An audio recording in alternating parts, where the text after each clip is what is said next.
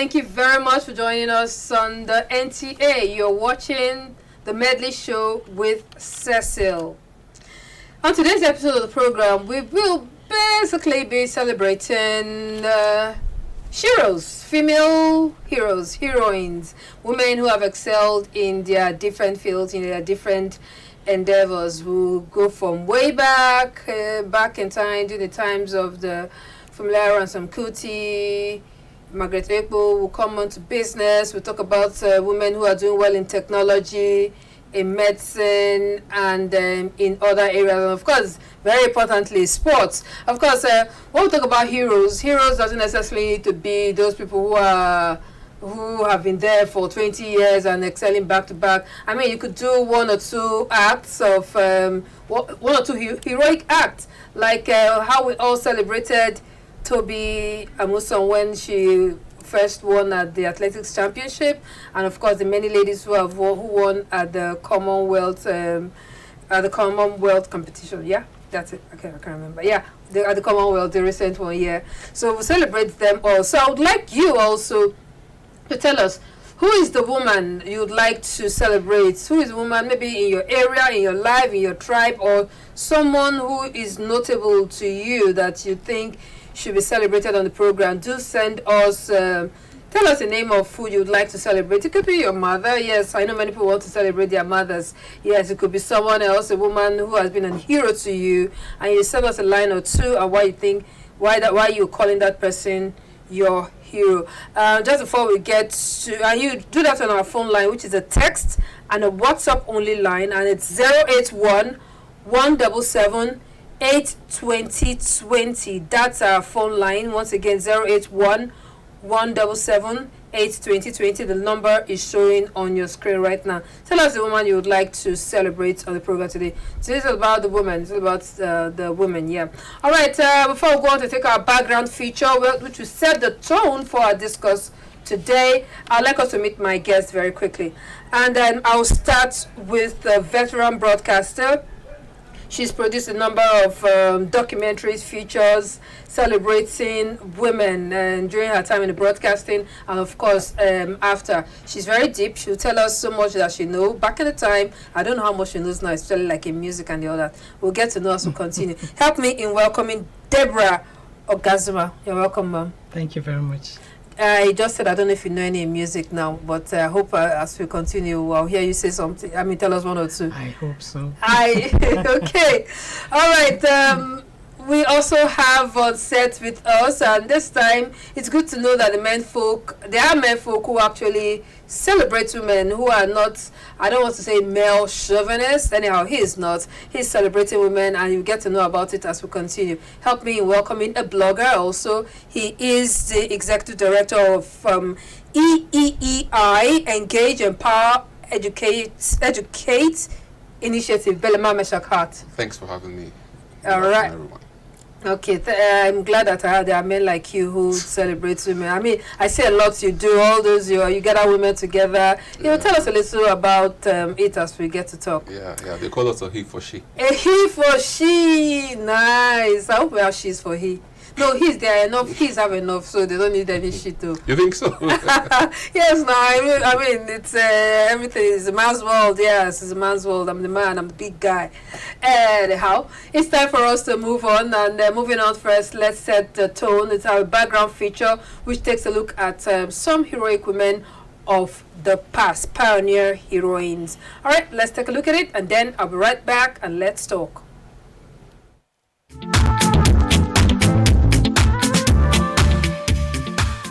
In times past, the traditional role of women was restricted to the home, get married, bear children, and raise the family.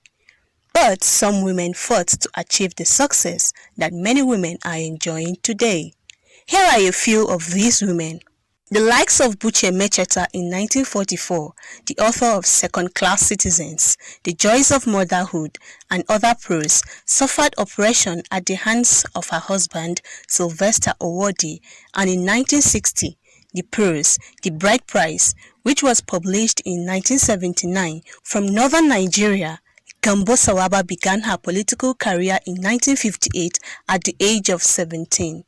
Sawaba advocated against early child marriage, education for girls, and the right for women to vote and to be voted for in the North. In 1952, Sawaba was sentenced to prison for practicing pruda, a form of social seclusion for women.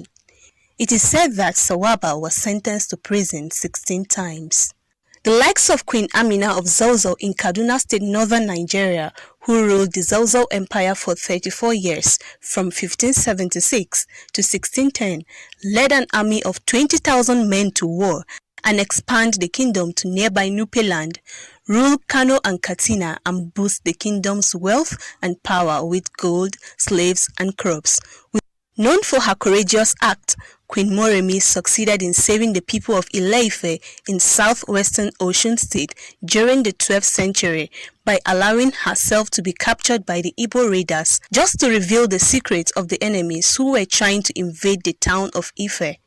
A sacrifice brave men fear of being killed and taken away by the forest raiders. The legendary Inikpi of the Igala Kingdom in Kogi State selflessly sacrificed her life at the bank of River Niger in Ida to save the Igala people from the Benin warriors in the 15th and 16th century. Known as a civil rights activist, Margaret Ekpo fought against the discrimination and oppression of women in Nigeria. In 1961, she won as an elected legislator in the Eastern House of Assembly in Enugu State, becoming the first Aba woman to win the electoral seat. Ekpo won the electoral seat twice until January 13, 1966, when she was overthrown during a military coup. Founder of the Abeokuta Women's Union in 1944, Fumilayo Ransom Kuti also advocated for the political participation of women during and after the colonial era in Egbaland, Ogun State. She is the first woman to drive a car and motorcycle in Nigeria. For some people, these women are feminists, boss ladies, human rights activists, or even dictators. But whatever you call them, their names have been sealed in the history of the country, and they will be celebrated on the Medley Show today.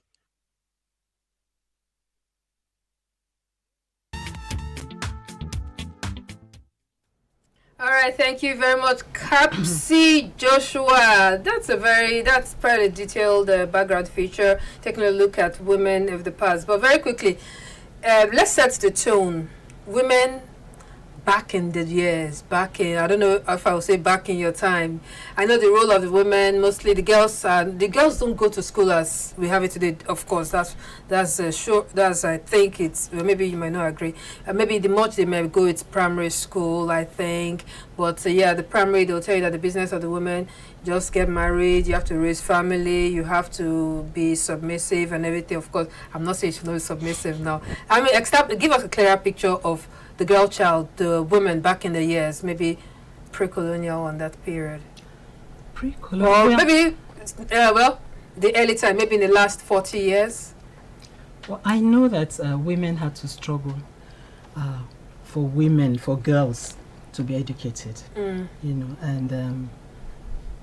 in the early education, era, the women, girls was sort of like, you're not that important, you're going to get married, and you will leave.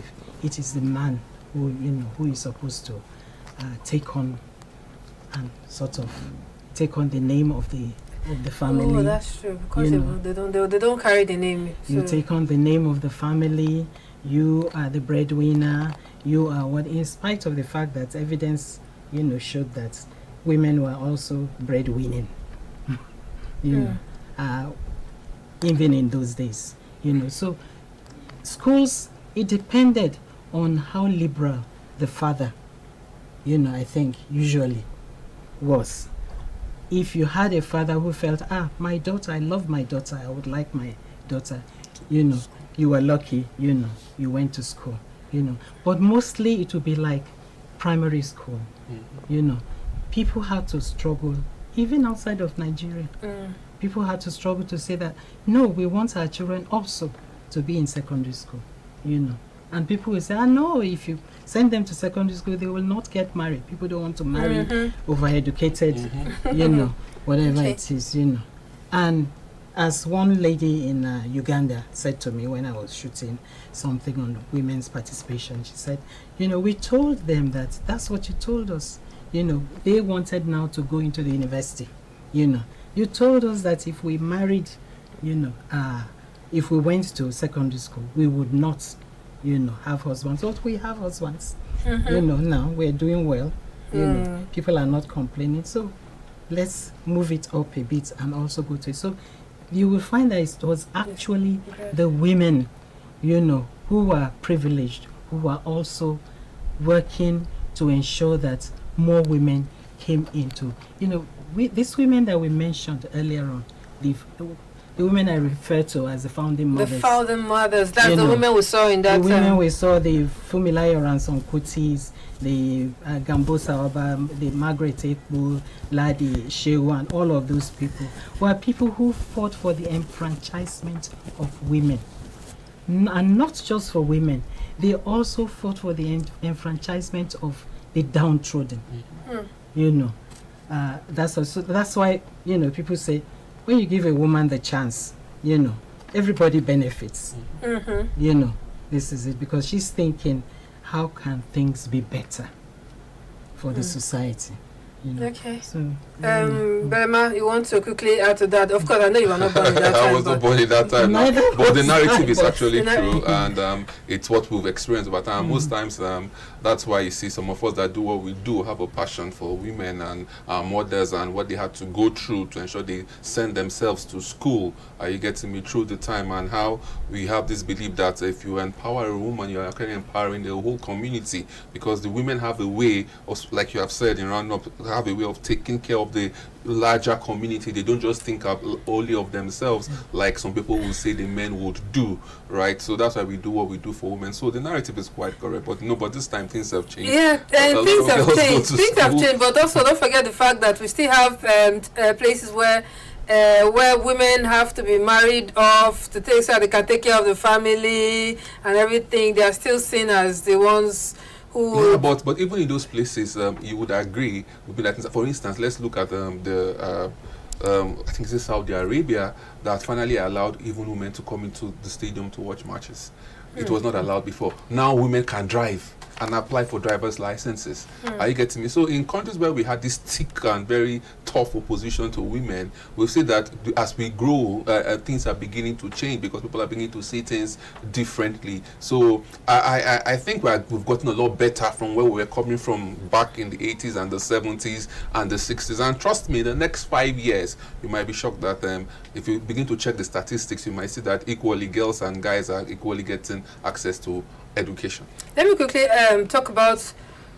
We've seen that documentary. We've just taken a look at. We mentioned a couple of women. Which one of them struck you? Because I really was wondering, at what point did Belema decide to say, "Okay, I'm going to be a he for she. I'm going to do this"? I mean, tell us your story very briefly. Okay, like I said, most of this thing stems from my mom, right? And Okay. the passion I have and the love I have towards her, and the fact that even while blogging, I found that there was an issue.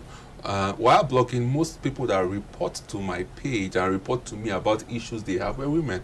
Are you getting me? And I looked at it, okay, and my mom and from where I'm coming from, and the passion was just there to say, okay, women actually have a greater need. The man can sort out himself, right? The man can go out and sort out himself. Not that the woman cannot sort out herself, but the needs around women and the girl child are a lot. Like we have correctly pointed out, I mean, statistics, girl child education, you can't compare with the boys. So we said, okay, this place has a great need. There's a great need here. And secondly, minus the need, I also believe sincerely that if women are given an opportunity to lead, they will do a better job, sincerely.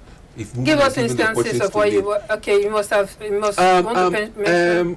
Based on where I was coming from growing up and the institutions I attended, I saw where they had given women specific roles to handle administratively, and the women did a fantastic job. See, even running my own organization, I have 90% women and very few men. I have 90% women and very few men. And trust me, if you get the right woman into office, she would do everything to ensure your organization succeeds. I was just doing a research and I noticed that even at Facebook, there is a woman that is responsible. She just resigned of recent, but she was with Facebook from the beginning, and she was at the background. Nobody knew about her, but this is the woman that came in as a staff, remained as a staff, but is a billionaire today because Facebook had to gradually give her shares of the company because of the impact she made in the organization. So we believe at the Engage and Power Educate initiative that if you groom the woman and you give her an opportunity to lead, she'll do a better job. So that's why we give them opportunities in education. And in fact, I'm coming from the office now. We're interviewing ladies for roles in tech. We are training 15 ladies for free in tech skills, not social media skills. Now, this core tech, core app, core development skills. We had about 160 people apply. We trimmed it down to 60, and now between today and Friday, we are interviewing the 60 to get just 15. That for the next 1 year, we'll be training for free in tech skills. Get the laptop, get the train. For this, sign the contract with the trainers to train them. We believe that if that space, that niche, is also a niche women can do very well with, and any woman that is empowered in that space, trust me, will empower her community. Because tech skills are in demand skills right now, today, and they pay in foreign currencies. So you can imagine a lady that has a tech skill that we give her for free can be earning $4,000, $5,000, even $10,000 a month. I just imagine what to do for her community, for her family, how it can change their lives forever. So we just believe in empowering the woman and the girl child. So we look for various avenues and various opportunities to empower them in that light. Okay, wow. I see you listening so attentively to him. You seem to be admiring and be appreciative of what he's talking about. So, in the course of your producing your travels, producing content as regards women, can you share with us one story, too, maybe that really struck you? Maybe a girl child, a woman who struggled despite all odds to be a hero, even if it's just to her family. Quite a lot. Yes. You have to know. Yes, quite a lot, actually. But I talked with a spectrum of females, let me put it that way. Older women who had been in the struggle, young women and girls who are now up and, coming in about 7 African countries. Okay. And because I was trying to do a comparative study, because we like to say, Nigeria is the. So I wanted to find out whether really we are the giant of Africa. Yes, when it comes, to issues of women development or the advancement, of women. There were lots of women who, for instance, there was a lady who told me in Kenya about this woman, one Wanjiru in Kenya, who had fought with the Mau Mau.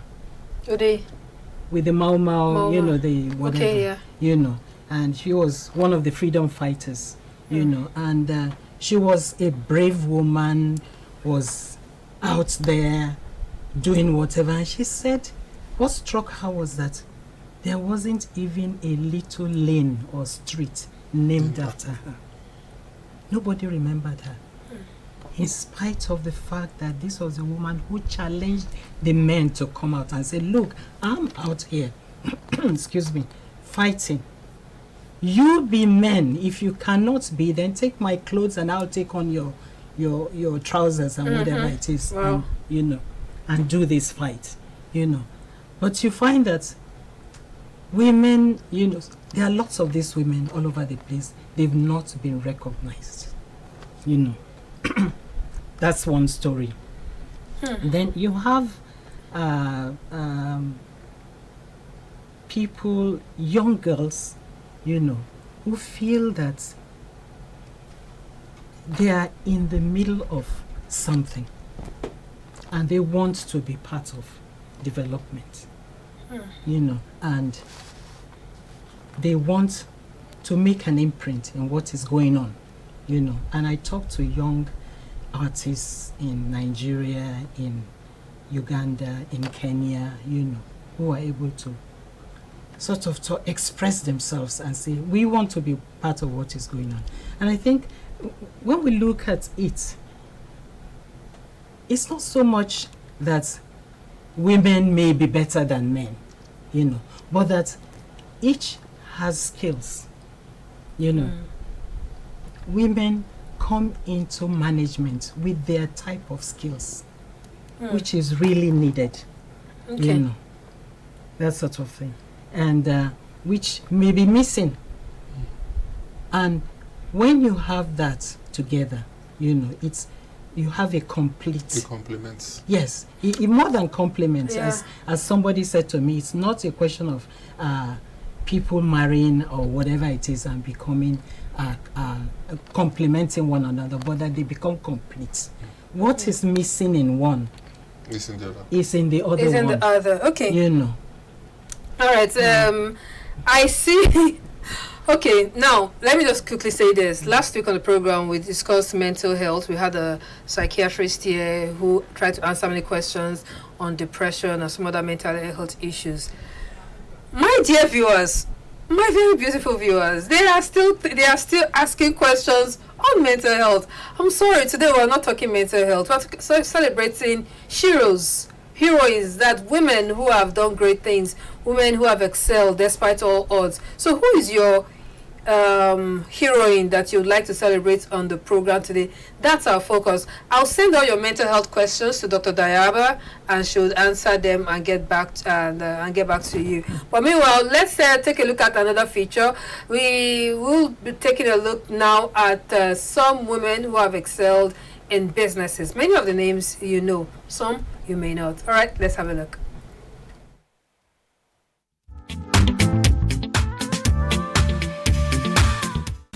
Business is one area where women have excelled, as we see more and more women coming into the limelight as successful entrepreneurs, competing with their male counterparts, not just locally, but also internationally. We start off with Folorunsho Alakija, one of Africa's richest individuals and #1 billionaire woman in Nigeria and #2 in Africa. According to Forbes, she has a net worth of over $1 billion. She started off her journey into the employment market as a secretary and grew within the ranks, leaving to establish a tailoring company, Supreme Stitches. With the success of that, Folorunsho Alakija diversified into the oil and gas sector, which made her a billionaire. In 2015, she was listed as the second most powerful woman in Africa after Ngozi Okonjo-Iweala, and the 87th most powerful woman in the world by Forbes. Next is the CEO and founder of Bolmos Group International, Hajia Bola Shagaya, with an estimated net worth of $950 million. She is a Nigerian commercialist who earned fortunes by venturing into several businesses, including oil and gas, real estate, banking, and communications.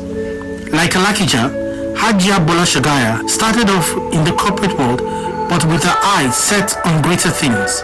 Fifi Ejindu is not just an architect, but also an urban planner. She is an entrepreneur, philanthropist, and also one of the wealthiest women in Nigeria.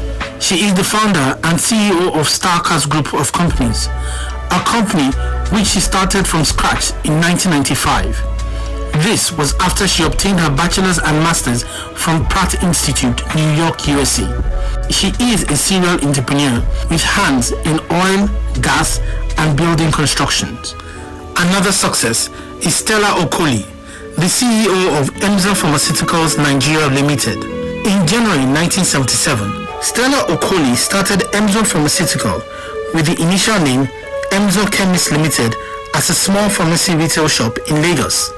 Emzor Pharmaceutical has since become one of the leading pharmaceutical companies in Nigeria, with over 50 products since its incorporation in 1984. She is currently a member of the Economic Summit of Nigeria and also on the Health Matters Advisory Board of Nigeria. She is a philanthropist and one of the few Nigerians who has been acknowledged globally for her efforts to provide adequate health care in the country. Influenced by charismatic women from childhood, beauty entrepreneur Tara Fela Durotoye is one woman of influence in Nigeria. While in training to be a lawyer at the Lagos State University at the age of 20, she went on against all odds at a time when the importation of makeup and bridal products was the norm, to break grounds and found the House of Tara in 1998 and launched the first bridal directory in 1999. She later trained in makeup artistry in the US before returning home to expand into an empire. Tara made the Forbes list of 20 young power women in Africa in 2013 and was nominated as a young global leader by the World Economic Forum. Ibukun Awoshika is widely known as the chairman of the First Bank of Nigeria, a remarkable feat for a woman in the corporate world, even by 21st century standards. She has been quoted as saying, "I come from a place where there are opportunities staring you in the eye, but it's looking for the people who have the heart and courage to do it and do it right." With her eyes set on so many goals, she attempted degrees in chemistry and law before settling for accounting. With stints in different fields, she settled for furniture manufacturing, founding Quibis Limited, which has today transformed into the Chair Center Group, an umbrella of companies with competitive global presence. These are just a few of the success stories of women entrepreneurs, showing that women also excelled in whatever area they find themselves. All right, thank you very much, Sam Ben. And when you look at that, the story is that it's not about how much wealth they have gathered now. It's how they have built from scratch, how they started from small. You know, back in the days, we patronize things. It has to come from abroad, or it's not like we're totally out of it now. Yes, you have to come from the abroad, like we would say. But you see this woman, like the Emzo, Stella Okoli, right? She actually started it from here, and now it's a very big brand that we all know it. Many of the women will say, yes. Anybody that buys paracetamol, if you've taken paracetamol, most likely it's Emzo paracetamol. So, like, there are many more of them like that. I mean, they started from here, and they built it despite everything. There's this lady also for the rough and tumble lady. Yes, for the baby clothes and stuff. They started quite small, but the brand has grown very big and very wide. And she has made a huge success of kids clothes. You know, normally you want to get kids clothes, you have to import from abroad. Yes. You rarely get made, even till now. I think she's the only major competitor to imported clothes for kids. Oh, I can't really think of any brand that is local that is competing in that rough market. And tumble. Yeah, yes, so rough and very tumble. stylish. Yeah, and they're clothes, very stylish, very very centric for children, understanding our unique culture here, and they're beautiful clothes that they are making. So that's somebody else that has built a business from the scratch and has made a lot of impact in our field. Also, the lady from First Bank, I think this is one woman that has consistently been an inspiration and also part of the group. And I like the fact that she is part of the group that also inspires other young women, because at this point, you know, we had our last Africa Women's Summit in Kigali, Rwanda, and one of the things we discussed was this intergenerational conversation, because the truth is that we are losing the older ones and the younger ones don't have anyone to look up to. So if there is no intergenerational discussion to see, okay, let's hand over the baton. If you watch the relays, the baton is handed over to the next generation, but we are losing it because the older ones are going. Even in fact, at Kigali, at the ambassador's place, she introduced me to this Better Life for Rural Women, run by Babangida, but it's now being managed by her sister. I think her younger elder sister, I can't remember, Mrs. Amina. And she told me about what happened during that time. We've lost it. We've lost those information. She started speaking about the things that are actually quite old. And if she goes with all the information she has with her. So I believe that these women have done a lot in their time, but we should begin to have this intergenerational discussion, like what Awoshika and her team is doing, where they're getting young women and they're empowering them. But I think there has to be a discussion. Okay, we're about leaving the scene, but we need more people to come up to where we have been. So there have to be a mentorship kind of system and a conversation between the old and the young. Even though you'll be shocked that the next set of women that are going to come up might not be as successful as these ones that we have today. Very true, very true, very true. Mrs. Awoshika, she was one of the women I spoke with on that program, Will the Eagle Soar. The title was actually to find out whether the way we are going, you know, with this gender thing in Nigeria, whether we will, as a country, actually make it. You know, whether we will soar, you know, if we're only using one half of, you know, our resources. You know, and she actually was an example of women who have made it because there was somebody who believed in them, from what she told me, she went into, as an industrialist, she became an industrialist, and she went into this business of furniture making, as they were saying, very unique, stylish kind of furnishing, high, very superior quality, whatever it is, and because her father believed in her. Mostly when you find women who are doing well, who have advanced, who are excelling, who are doing well in management, it is actually, there's a father somewhere there that believed in them. True. To buttress even your point. And encourage them. Okay. Yes, a lot of men are encouraged by what their mothers have done. They've seen their mothers struggling, making palm oil, doing all kinds of things, to ensure that they go to school. Most times you find that they were the ones actually earning, the money that sent these children to school. They sell their wrappers. Yes, and whatever, So there's that support. Same thing as mentoring or mentorship.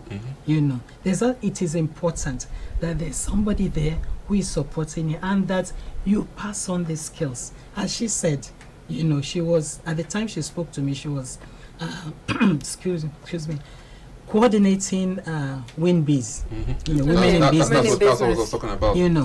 Women in business, and they had come to a point where they said, look, we would like to see more women in decision-making positions, and we're going to look at them and support those that are actually, those who have it, so that you don't have a situation in which women in politics, women who want to go into governance, and when they tell you that, well, we have a problem with funding or whatever it is, because you need somebody to give you that push. And the WinBiz was working towards doing that. Look, I like WinBiz. I don't know, but when we hear WinBiz, look, WinBiz is like up there. But I want to talk about, let's talk about catching them young catching them young, encouraging them in business and sports, in whatever it is. Like if you listen to the story of Toby had granted an interview where she said her father didn't want her to go into sports, so her mother tells the father that she's going to church or choir practice, fellowship. Then she sneaks to go play, to go train. So when the father found out about it, he burnt all her sporting wares. Like, no, you just have to focus on your education. And now today, he's one of those who say, yeah, that's my daughter. Come on, that's my daughter. I trained her. That's my daughter. You were going to say something, but let me take this quickly. Okay. When please just send your message. We are celebrating women on the program today, celebrating female, celebrating heroines on the program today. So tell us, who is your hero? Who is the person you would like to celebrate? This person said, my name is Kausa. I want to celebrate my aunt, who is the person of Kemi Dada Boss. Okay. Please do send in more of your messages. Someone is trying to call and it's distracting me. Take that quickly and then we'll take something else. Okay, I just wanted to buttress a point. Where I was at the Commonwealth Head of Government meeting in Kigali that just happened, I think 2 months ago. And the Secretary General, a woman, I think she's from Southern America or somewhere. She kept saying at the Women's Forum that her dad was the person that pushed her to where she is today. I think she was the only girl among 6 or 7 boys, but the dad took a special interest in her and pushed her to achieve what she has achieved, up to the extent that now she is the Secretary General of the Commonwealth, and she has been reappointed again for another, I think, 4 years or so. So I wanted to buttress the point that there's always a man somewhere pushing the woman ahead, and it has to be a collaborative effort. I don't like the narrative where it looks like the women are fighting the men or the men are fighting the women. To me, I think it's not necessary. Like you have said, it's a completeness. What one doesn't have, the other has, and there has to be this collaboration between both to ensure that there's a completeness. Okay, let's take 1 or 2 messages and then we'll go on to take women in sports, and our phone line is 081 1778 2020. Tell us, who is the heroine in your life, or that you'd like to celebrate. I want to celebrate Azizat Okay, that's Aziza. That's the Footballer, footballer. Yes. Barcelona and Nigeria. Okay, another message is coming. Another call is coming. All right, she's playing Barcelona. She's a Barcelona player, right? So please do write your name so I'll know who is writing. My mom is my heroine. She is kind to everyone and I love her. Favor Amadi from Port Harcourt. I want to celebrate Professor Mrs. Ifode. She's wonderful. Thank you very much. What's your name? I'd like to celebrate my precious wife, the mother of our children, Owecho Yunus. And this is Owecho Yunus. And this is from Pastor JJ Owecho. Good day, ma'am. My name is Alex from Ikorodu, Lagos. I just want to celebrate my hero, my mom. Today is her birthday. Help me celebrate her. Happy birthday to your mom. Okay, I want to celebrate the best mom in the world, Mrs. Aina Joy. I can't see the rest of it. I'd like to celebrate my mother, Mrs. Monica Agagbe. All right, let me take one more then. I like to celebrate my late mom and late grandmom. Indeed, they taught me how to stand strong no matter the challenges, and my mom taught me not to depend on a man alone. Amarachi from Lagos. I see many more of your messages. I will take them, but that'll be right after we celebrate some women in sports, past and present.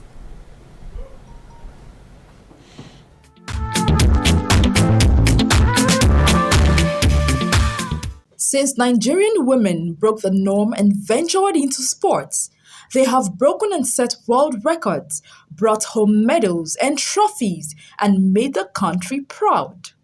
Here are just a few of the women who have proved to be heroines on the field. Ajunwa may not be the most decorated Nigerian female athlete of all time, but her feat at the 1996 Olympics in Atlanta, where she leaped to a historic gold medal in the long jump pit, has made her a candidate for the greatest Nigerian female athlete of all time award. Blessing Okagbari is a household name when it comes to world athletics in Nigeria. She is an Olympic and World Championship medalist in the long jump and a world medalist in the 200 meters. She holds the women's 100-meter Commonwealth Games record for the fastest time at 10.85 seconds. She set a personal record of 10.79 seconds in the 100-meter races at London Anniversary Games in 2013. Okagbari remains the only Nigerian sprinter to dock inside 10.80 seconds. Falilat Ogunkoya was a former track and field athlete who in 1996 became the first Nigerian to win a medal in an individual track and field event at the 1996 Summer Olympics, where she won a bronze medal in the 400 meters. She ran it in 49.10 seconds to break an African record. Ese Brume is not a newcomer when it comes to putting Nigeria on the medals table in major competitions. The long jumper's consistency is commendable as she continues to fly the colors of Nigeria in major tournaments. Ese is a 3-time African senior champion in the long jump. She is also a 5-time African junior champion in athletics. Among her many wins is a record-breaking leap of 7.00 meters to make a new Games record in Commonwealth Games in Birmingham, 2022. She became the first woman to jump that far in the history of the Commonwealth Games. Adijat Onlarioye clinched Nigeria's first gold medal in the 2022 Commonwealth Games in Birmingham, England, after lifting a total of 203 kg in the women's 55 kg weightlifting event. Among her previous wins is a gold medal in the 2021 International Weightlifting Federation World Championship in Uzbekistan. Chioma Onyekwere made history at the 2022 Commonwealth Games. This feat made her the first Nigerian woman and the second African to win gold in the discus at the Commonwealth Games.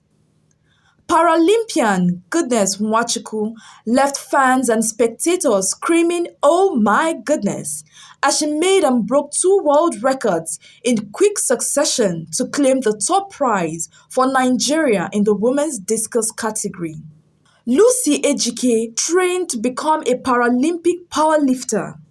She has represented Nigeria at 6 consecutive Paralympic Games from Sydney 2022 through to Tokyo 2021. She won medals at each of these games, 3 gold, 2 silver and 1 bronze. Nigeria's current golden girl and the latest sensation in female sport, Tobi Amosun, has left the world in awe. She has been making the headlines ever since her record-breaking feat at the World Athletics Championship in Eugene. She won gold at the World Athletics Championship by running an astonishing 12.12 seconds in the semi-final and 12.06 seconds in the finals of the 100-meter hurdles.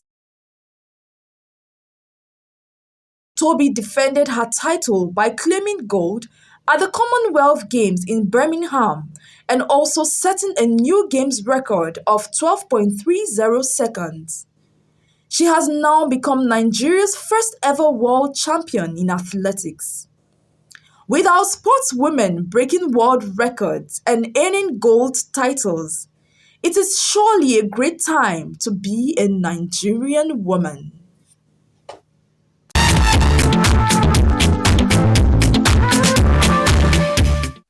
Year or two when the national Nigerian anthem was playing at the athletics championship. I mean, it was really. I mean, Tobi was practically flying. Like, Mom, did you watch it, Mom? Yes, I did. It was so exciting. It was so she was leaping out there like a gazelle. She was wonderful. She was just wonderful. Yeah, Tobi is I think I heard today or yesterday that the president will be receiving them back in the country from the Commonwealth Games. So she's like the toast of everyone now. She is. But you see, I like to point out something very different. When they were going through the struggle. When they were going through the trying times. I've watched sports news severally, and people have said they went to brands and organizations to sponsor these athletes before the World Championships, before the Commonwealth Games, and they turned them down blatantly. But now some of these brands are calling back now. But you see, these girls, when they were there in the trying times, putting in the work, no one saw them, but everybody wants to celebrate with the winner, and a failure has no friends. But you see, we should also acknowledge and applaud these girls for not giving up. Because trust me, there would have been times and there would have been periods where they would have said, okay, let's just give this enough. We're not getting any support from the government. We're not getting any support from the private sector. But irrespective of everything, they still went ahead and made us proud in Commonwealth. 12 gold medals from the ladies. The ladies alone. The ladies have won more gold. I don't know why somehow in Nigeria we focus so much on football. If it's football is supposed to be our oil and everything in sport. But they are that. Look at the Paralympian. That young lady, Lucy Ejike. She's the weightlifter, right? On wheelchair. Like I marvel when I get to see many of these people. And let's not forget those who actually lay the foundation for them in sport. The Choma Ajo, what's the police officer? She opened the gates. I always felt that she wasn't celebrated enough. As the first gold medal. Even if it's a street. But there are always people like that will open the gate and are not really celebrated. But their job is done.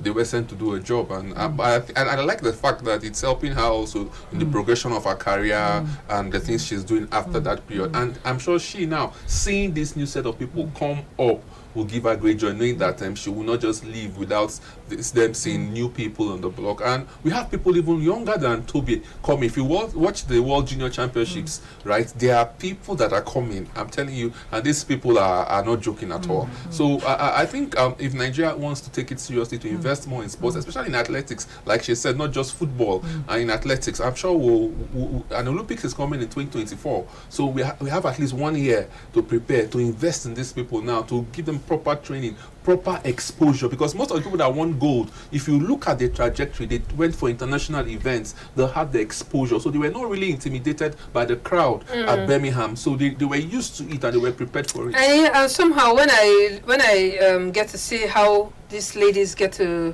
succeed so much in what they do, it just reminds me of what one of my colleagues here just came in here and just mentioned something. He said his professor in the university, Professor Agba, says men work harder and women work longer. Like, they have to write that in an exam. And I thought about it. Okay, that makes a whole lot of sense. Cohol's professor in school, because no, you need to work extra just to prove a point that we really can do this. I don't know, but let's take a couple of messages. There are so many here, and I would like us to take as many as possible. My name is Prosper Olori. Please help me celebrate late Mrs. Dora Akunle, who passed on in 2014. She was Director General of NAFDAC. Greetings to you all in the studio. Honestly, I'm celebrating Dr. Akunle even in death as my hero. She is. As a Muslim, I even named my daughter after her. Oh, this is Shola Gola from Adamawa State, and he says, thank you. I'm in Yobong, Ekanem. I want to celebrate my daughter, Bright, in Yobong, for being a very special child. She's so helpful and understanding. God bless her. Okay, my name is Edima Bassi. I love this topic. There should be a good bonding between the young and the old. I celebrate my mom and all virtuous women. Mrs. Tega Etadove, a woman of rigidness that success is for me too. Okay, his mom though. Alex is celebrating his mom. I didn't get the message completely. I am Abby Treasure. My mom is my heroine. She's very hardworking and loving. Okay, I love your program. Please help me to publicly celebrate my adorable, unique and stunning wife, Oja Favor Samuel. She is God sent in my life. All right, let's take this next feature on women in politics, governance, and development. Politics and national development, as we see it, is a game majorly played by men and only a few women. Today, we shall look at the impact some of these women played in politics. A lot has been said about Gambo Sawaba, Funmilayo Ransome Kuti, Margaret Ekbo, and the Aba women who each fought against the oppression by either the colonialist or federal governments of their time against fellow women. Since 1999, women have gone on to be movers and shakers, living up to the saying that what a man can do, a woman can do better. And none more so than the late Dora Akunle, the former DG of NAFDAC. Under her, she ensured that a lot of fake drugs and illegal substances were destroyed and the owners sent to prison. During this period, Nigeria's faith was restored in locally produced drugs. Another is Ngozi Okonjo-Iweala, two-time Minister of Finance in Nigeria. She assisted in the facilitation of debt forgiveness from the Paris Club and also ensured that our economy was the largest in Africa amongst many other achievements. She is now the president of the World Trade Organization. Senator Abiodun Olujimi is a member of parliament. She is the current Senate Minority Leader. She joins a list of noble women, which include Remi Tinubu, Binta Garba, and Stella Odua, to mention a few, who have represented their constituents with vigor by either sponsoring or supporting various bills on the floor of the Senate or House. Some of them have become laws. Kuforola Buckner was among the very few deputy governors in Nigeria in 1999, and they have remained few. Valerie Ibe of Akwa Ibom, Ipalibu Banigo, who is the current deputy governor of Rivers State, and Pauline Talon, former deputy governor of Plateau State and current minister of Women Affairs. Women have consistently shown that they have something extra in them whenever they have been given the opportunity to serve.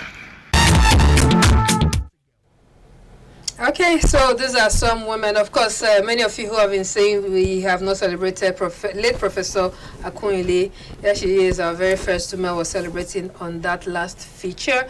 I will be taking your messages, but I would like us to very quickly celebrate women in entertainment. Tell me, who... Okay, anyhow, let's take a look at the feature, then I'll come back and ask you who are your favorite women in entertainment, and if you could sing a line or two. All right. Yes, what's that now? Why is all my girls doing like that? Like they did like, oh. All right, let's take a look at women in entertainment.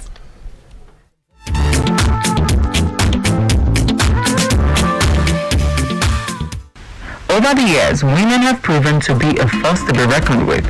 From their impact in different walks of life down to our homes, one can say every woman has what makes her tick, what drives her to do things differently. Let's talk about some women with groundbreaking impact in the entertainment industry.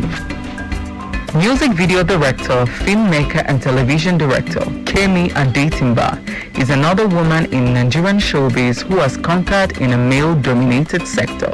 Her works have made headlines on MTV Base, Channel O and Netflix, among other platforms.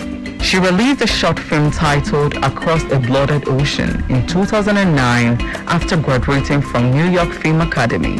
Kemi has directed and won awards for music videos for top-rated artists like Wizkid, Tiwa Savage, Two-Face, Banky W, Omaomi, and Olamide.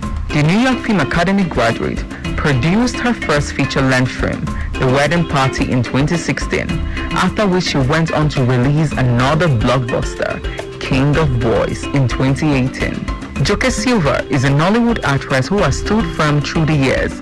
In 2021, when she marked 60, she announced that the day also marks her 40 years in the industry she loves. Her role in the British-Canadian film The Secret Laughter of Women was a big leap in her career.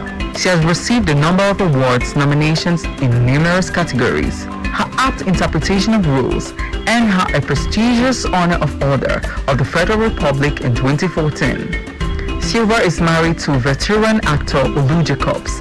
The two are referred to as Nollywood power couple. Together with her husband, she founded a performing arts academy, Le Photo Group, and was also the pioneer managing director of Malete Film Village. Wangi Mba Uzoku is a successful media strategist with a career span of over 16 years. Wangi is one of Africa's most talented broadcast executives and have been with South Africa Pay Television, Channel O, Mnet as regional manager since 2012. She was appointed as the first regional director in West Africa for Mnet in 2014. Her initiative brought about the birth of the fan-favored reality show Big Brother Naija, as well as the African Magic Viewers' Choice Award. She also manages African Magic World and local channels. Onyeka Owenu is not called the elegant talent for nothing. With her voice and vocals, she spoke volume and pierced hearts. Onyeka is not just an artist who sang many entertaining songs, but lyrics with loaded messages. As an NTA staff in 1984, she produced a documentary titled A Squandering of Riches. Alright, I'm sorry, that's the much we can take on that feature. Celebrating Onyeka Owenu, multi-talented. She's a singer, she's a broadcaster, an actress. An actor. So she served in government also. Yeah, she was the DG of Women Women Center. Development Center. Yes, so she's worth celebrating. And of course, I like Joke Silver. Yes, she's also been there for long. In as much as I'd like us to speak even longer, very quickly. Tell me, let me start with you. Tell me your favorite woman hero in entertainment. Woman hero, or somebody I really like. What she does is Shola Sobowale. Shola Sobowale. Why is it not the actress. She's someone that really gives life to her role and what she's asked to interpret. So she's been there for a while. So it's somebody I really appreciate and I really look forward to even meeting one-on-one. All right, Shola Sobowale Yamodina. Tell us your closing thoughts on the topic today, celebrating women. I'll keep saying it. Let's give women the opportunity to lead and to be in positions of authority. And we are doing that every day with our NGO. We're sending them back to school. We're giving them an opportunity, and we have even something we're working towards the elections also for women. So we'll get there. All right, thank you very much, Deborah. Tell me. Same here. Women need to be given the enabling environment to perform, to excel, and I want to quickly celebrate a woman that we have not talked about. And civil women in the service would really appreciate the fact that this woman, who was the first permanent secretary, federal permanent secretary, Francesca Emmanuel, was the one who made it possible for women to have full maternity leave and with pay. what we are enjoying now, somebody actually struggled and fought for it because she was in a position to do something and she was able to do it. An unsung hero. Yeah. This is it. Okay, so thank you. You want to give us Yes, I wanted to say something else please. too about enabling environments. There was a professor I spoke with, Professor Ogunshewe. She was the first Secretary General of National Council of Women's Society. And she told me how the council started with this woman who was formed something called Women Improvement Society. And these women in those days, actually were working with women in Dugbe markets. And they set up a nursery in Dugbe so that the women, while they are working, the children, yes, and we are still finding it difficult to persuade, corporate bodies and government to say, have a crèche or something, so that women can give their best. Even when at work. Yes, that's right. All right, I guess I'm sorry. This is the much we can take on the program today. And I'm sorry I've not been able to take on many of your messages. I see them coming. But a couple of you are still calling and not making me read your message. Please, let's also text our WhatsApp next time only. I'll just take one or two. My name is Joseph Oboyomi. My hero is my mother, strong like a man. Good afternoon, Cecil. I'm celebrating you, my mom, every time, every day. Thank you all so much for being there for me, my superheroine. All right, Capsi says her mom is a superheroine. And for me, Cecil Egbele, I celebrate my mom, I celebrate all great women and many unsung heroes like that Kara woman at that junction. Thank you very much. Bye-bye.